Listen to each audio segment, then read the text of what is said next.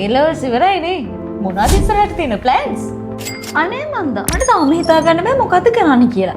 රට යන්න තමයි මට නම් ඕනේ. මේ ඇත්තටම ඔයා ජපන් යන්න ආසාවෙන් හිටියේ. මොකද ඒකට උනේ?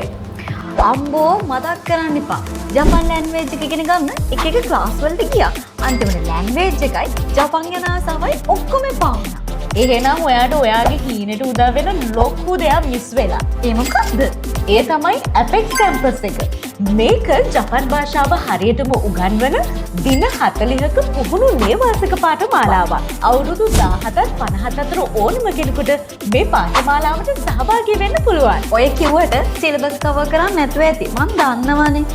ඒ වෙන තැන්වලානේ. දන්නවද Apex Campus එකෙන් ඔයාට අනුමාන ප්‍රශ්න පත්‍ර, ජපන් භාෂා පෙළ පොත් මේ හැම දෙයක්ම ඔයාට ලැබෙනවා.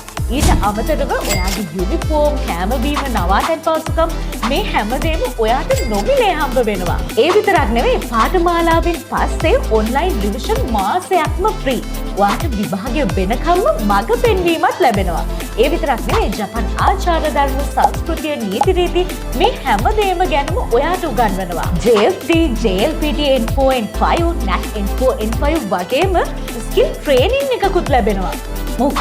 එතකොට ජපන් යන්න උදව් කරනවද? මොකද නැත්තේ? SSW training visa, working visa, student visa යටතේ පාඨමාලාව අවසන් කරන සිසුන් ඉක්මනින්ම ජපානයේ රැකියා සහ උසස් අධ්‍යාපනය සඳහා යවන්න උදව් කරනවා. මේක රජයේ ලියාපදිංචි අධ්‍යාපන ආයතනයක් නිසා බය වෙන්න දෙයක්වත් නැහැ. මොකද කියන්නේ? ජපන් හීනේ ආයෙ පටන් ගමුද? ඔව්. එහෙනම් ජපන් යන එකත් එච්චර අමාරු නෑනේ. ඒ ලෙවල් වලින් පස්සේ තමයි ලැබ් සක්සස් ගෝල්ස් ගැන හරියම තීරණ ගන්න ඕනේ. ඒ නිසා ජීවිතේ හොඳම තීරණය ගන්න මේ ජනවාරි වල පටන් ගන්න අලුත් බැච් එකට ඔයත් රෙජිස්ටර් වෙන්න. දැන් මේ තිරේ දිස්සන අංක වලට කතා කරන්න.